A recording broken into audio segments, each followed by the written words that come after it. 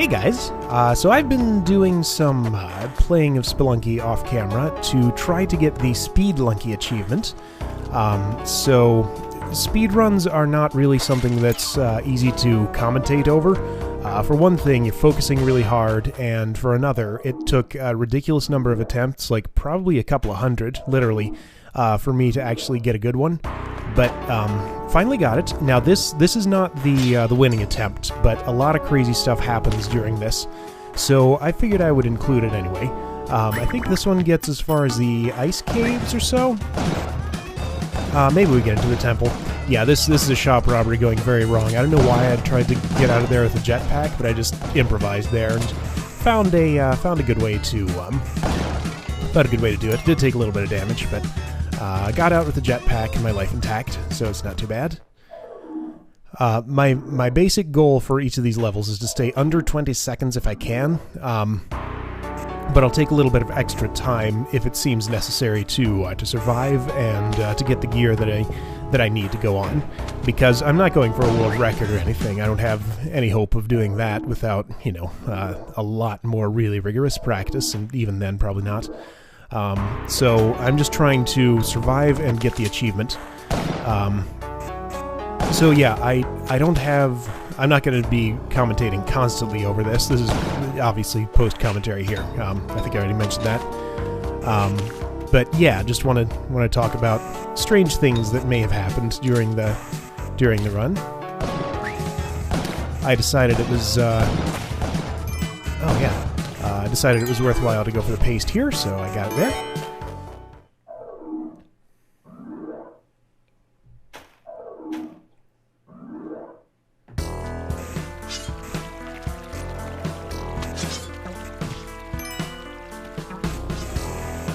I don't generally bother with altars during this because you're probably not going to see enough of them quickly enough to really get the rewards you want. It really, you don't want to be worrying about your health so much with the Kapala, because you just want to take whatever health you start with and not lose it during the entire run.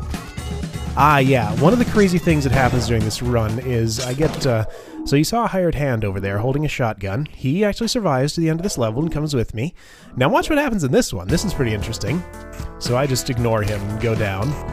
You can hear whipping in the background, so it's like, did that guy put down his shotgun and start attacking the shopkeeper or something? But no, what actually happened was there's another hired hand shop, and now I have two of them.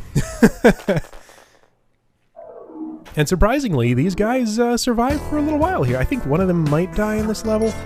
Let's find out. Shopkeeper's kind of bugged out there. He was just standing there without a shotgun in his hand. I think the snail shot him. Yeah, we lost one of them, but still have one helper with us.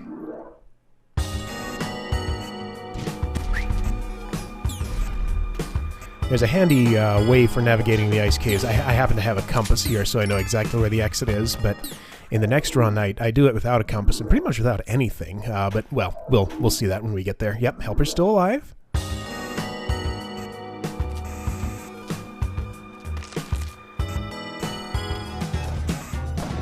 I just want to ignore the shopkeepers. No reason to try to kill them, just as long as they're far enough away from the exit so I can get to it safely. That's good enough. So he's still alive. I think he finally dies on this level. Not sure exactly what kills him, but something does. I think I heard him get frozen by that mammoth. That's probably what it was. Yeah, so he's gone.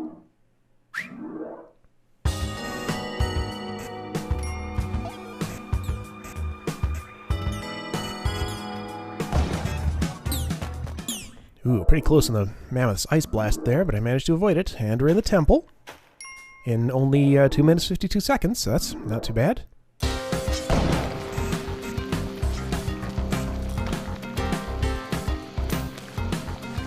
Have to wait for his psychic blast to go away before I can get through there. But yeah, no reason to mess with Anubis. Shotgun's good enough, don't need the scepter.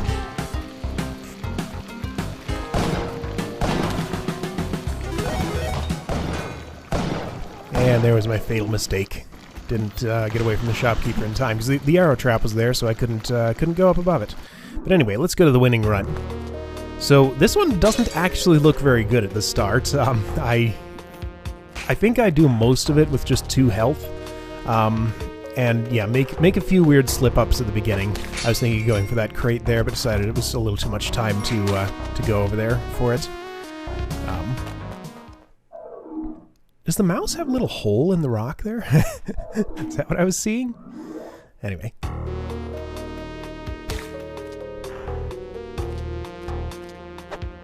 Now, if a crate's in a convenient spot like that, I will definitely go for it, because stuff like that comes in handy. And I spent some time with this spider. I decided I can probably get him onto those spikes and get paste from him, and that seems worthwhile. So just wait a little bit, coax him onto them, and there we go, we have paste. Definitely a risky move. I could have easily died there, but managed to pull it off.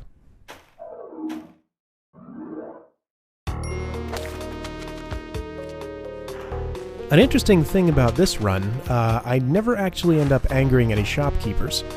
So, a side effect of that is I do the entire run with basically nothing. I think that paste is the only power-up I get the entire time, and I just do it by the skin of my teeth with absolutely nothing with me.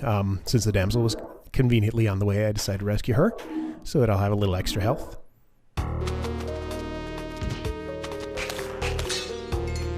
So I can lose it on a bat like that. That was dumb.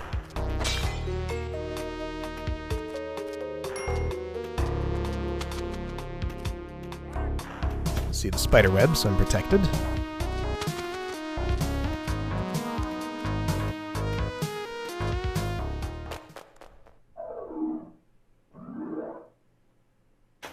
One thing that helped me not anger the shopkeepers was that I just didn't run into any shops that had anything particularly worthwhile to sell me.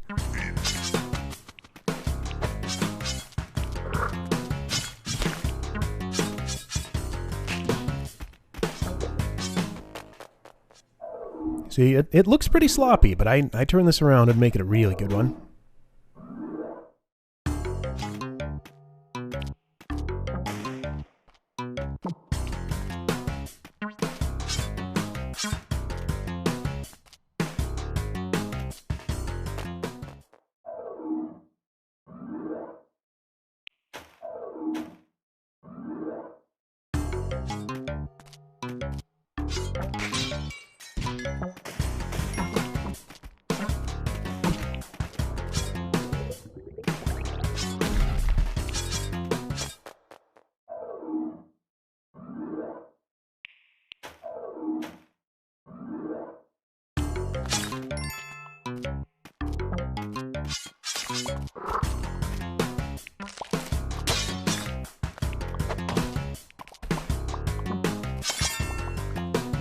There's an unbelievable number of snails in this level. 1, 2, 3...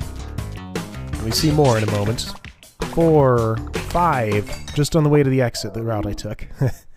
Anyway, that's the jungle. We're on to the ice caves.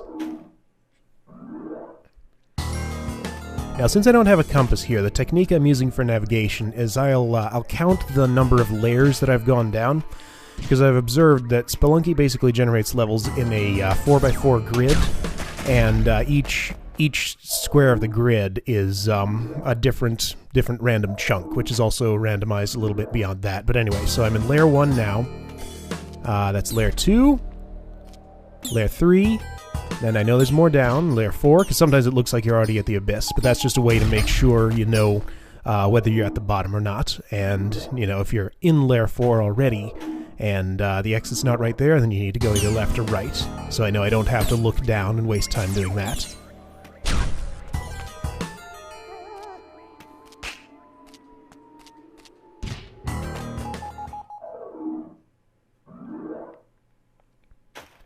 Ice caves are by far the easiest zone for speedrunning.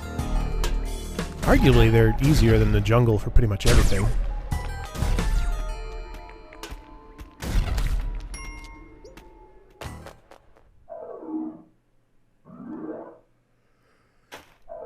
Alright, so 3:24 that time. Not quite as good as our time getting to the temple before, but the big difference here is we actually survive. Didn't want to mess with any of the stuff down there, so I just decided to bomb through here.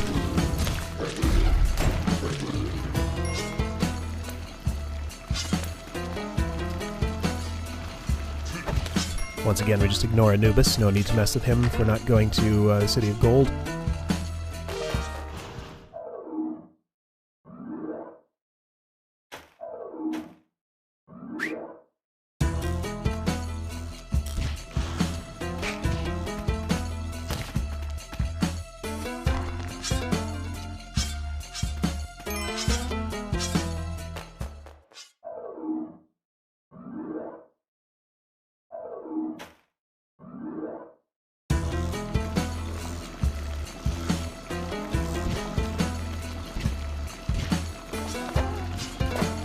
I forgot that I had sticky bombs there, so I was planning to set it down, wait a little bit, then throw it at him, but then I saw that the bomb had paste on it.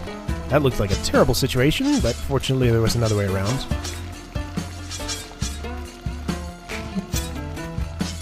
Rockman nearly killed me in the tiki trap there, but I just escaped in time.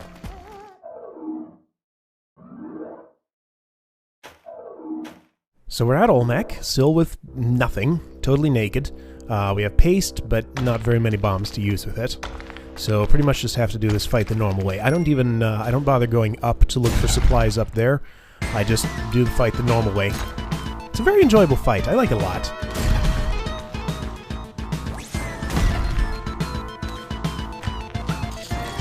This is very nearly the death of me right here, but I just make it.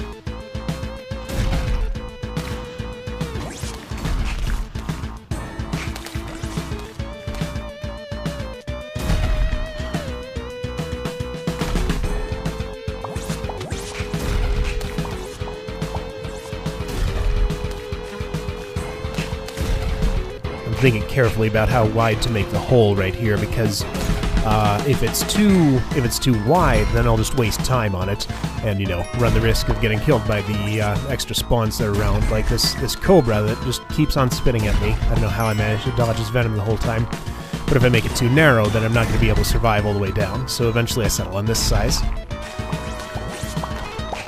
I don't know how that bubble didn't hit me. You saw it went like right through me. It must not do damage right away, not until it's full size or something. And at this point I decide I'm far enough down that I might as well start using some bombs to make it a bit quicker. It's even kind of close to the hell door. It would do me much good. And there we go! Olmec's down. Now I just gotta get out of here.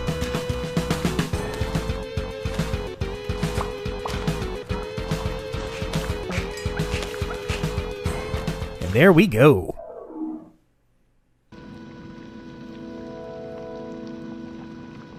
There's the achievement notification.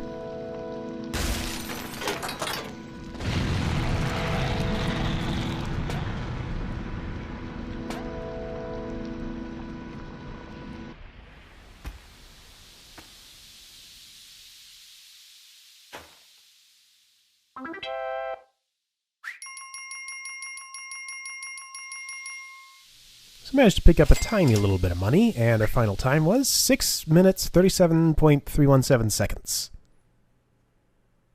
And I'd skip the credits here, and take a look at the leaderboards. So yeah, that's the Speedlunky achievement done. Let's I'll show it in a second here. There we go. I'm pretty happy with that time. I don't think I'm going to spend much time trying to improve it. It's good enough as it is. But anyway, a couple of more achievements to get. I'll probably work on them off camera too. But yeah, that's it for this one. So see you guys next episode.